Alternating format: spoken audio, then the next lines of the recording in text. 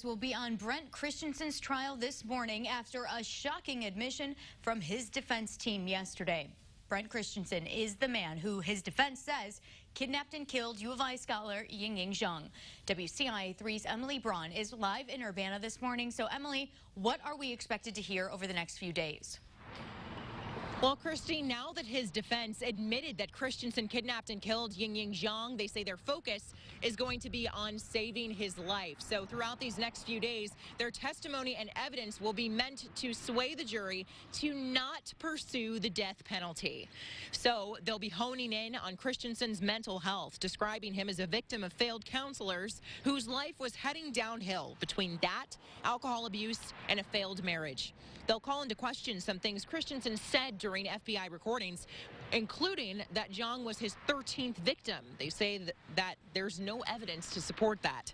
But speaking of evidence, we'll also hear more about the evidence Christensen failed to get rid of and how that might give us a better picture of what happened with Zhang's remains. An FBI agent is expected to give testimony today also. And this first phase of the trial is expected to last about a week and a half to 2 weeks. And if you want to read more about how it's going, you can check out our website, WCIA.com. Live in Urbana, Emily Braun, WCIA 3, your local news leader. Emily, thank you for that update. Now, the federal courthouse in Urbana, where Emily is right now, is streaming this trial. More than a dozen people were in the waiting room listening to those details. Many of them were living in Champaign-Urbana when the case broke. A former U of I student and Chinese journalist gave us his impression of what he heard. He and Ying do have the same last name, but he says they are not related. It's surprising to me because I thought the evidence for the evidence from the prosecutor is actually very solid and very definitive to charge Christensen as kidnapping and murder.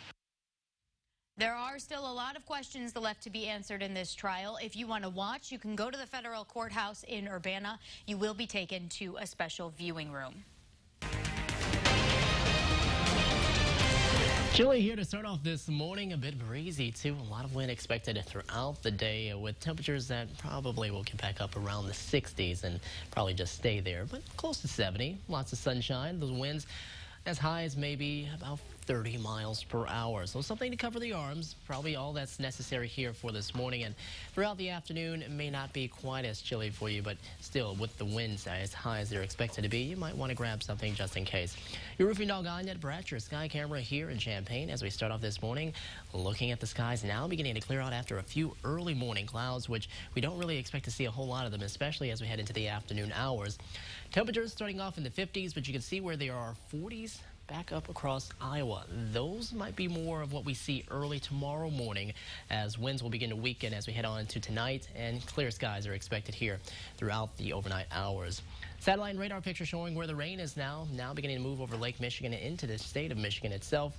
For us, there could be a few sprinkles across Iroquois County into the day, but really expecting us to stay dry with lots of sunshine ahead for us this afternoon and a decent amount of clear skies ahead for tonight, too, with a lot of sunshine ahead for your Friday. Eventually, more clouds and rain chances coming back in for the weekend. We'll show you that in your forecast, plus a warming trend ahead in just a bit. Christy? Adam, thanks. We have an update on a fire that displaced 17 people. Police say 2 minors have been charged with aggravated battery and aggravated arson. A dumpster was on fire on Sunday at an apartment complex near Green and 6th Streets. Nobody was hurt. And a man in Effingham also faces arson charges after a garage fire. As we first told you yesterday on the morning show, this happened on East St. Louis Street near North 3rd Street. Kenny Cathy was found lying on the ground near the burning garage. He's also facing charges of criminal trespassing. People in Champaign County may soon have a new place to call home. The Housing Authority is opening up a wait list. It will be open from June 17th through the 30th. There will be a lottery to figure out who gets a voucher to rent a unit. The chief executive officer says they can only be used on certain properties. Was that public-private partnership where landlords may have properties they want to lease or apartment buildings they want to lease. That's the waiting list that's opening up. But we own properties too that individuals may decide to utilize that voucher in. They have other wait lists that are open for some of their other units. You can go online to our website, WCIA.com, to learn more. We told you union workers with Viscofan meat casing in Danville were negotiating contracts. Well, now they have authorized a strike if they believe it is necessary. The union is calling for contracts that improve pay and better support for their families.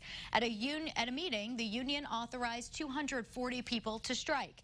We have reached out to Viscofan, but have yet to hear back. Governor Pritzker signed a bill into law to expand access, funding, and protections for abortion.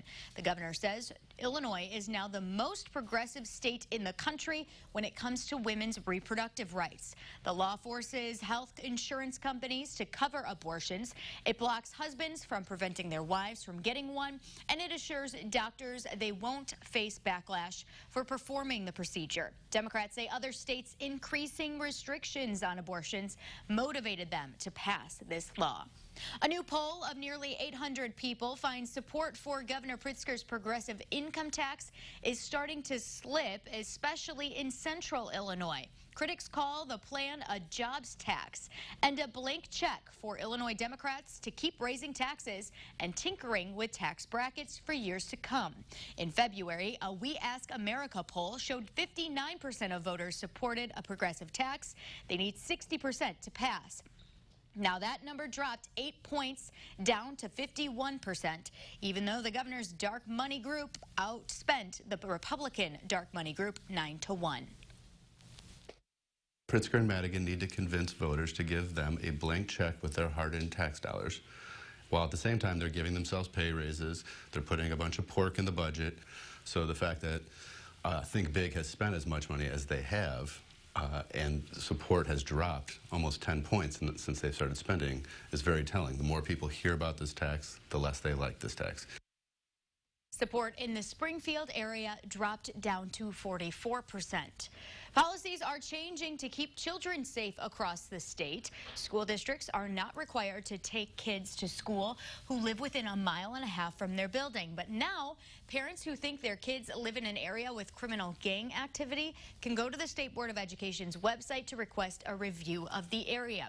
If the district and law enforcement confirm the area is dangerous, buses can be brought in. The state board will reimburse districts. An elderly woman with dementia who disappeared and was later found at her senior living facility is saying thank you to those who looked for her. Layla O'Brien was found at Rantoul's Eagles View Supportive Living on a floor that was under construction. She disappeared the night before. O'Brien, her family, and staff members say they are appreciative of the police and fire departments, as well as all the volunteers who helped in the search. She said, quote, "I'm ready for my next adventure. This is the most fun I've had in years." That will wrap up the morning show on WCIA 3. But coming up when we make the switch to WCIX for the 7 and 8 o'clock hours of the morning show, we're getting some confidence in the kitchen with cooking coach Adam Wisniewski. Catch his mini chocolate cheesecakes coming up in about 10 minutes. Ooh, I can't wait for that. But before that, let's get a check of our 7-day with Adam. Did you say mini as in a lot of numbers? Mini. Or a lot of, oh, mini. Like small. Okay, all right, okay. Like personalized.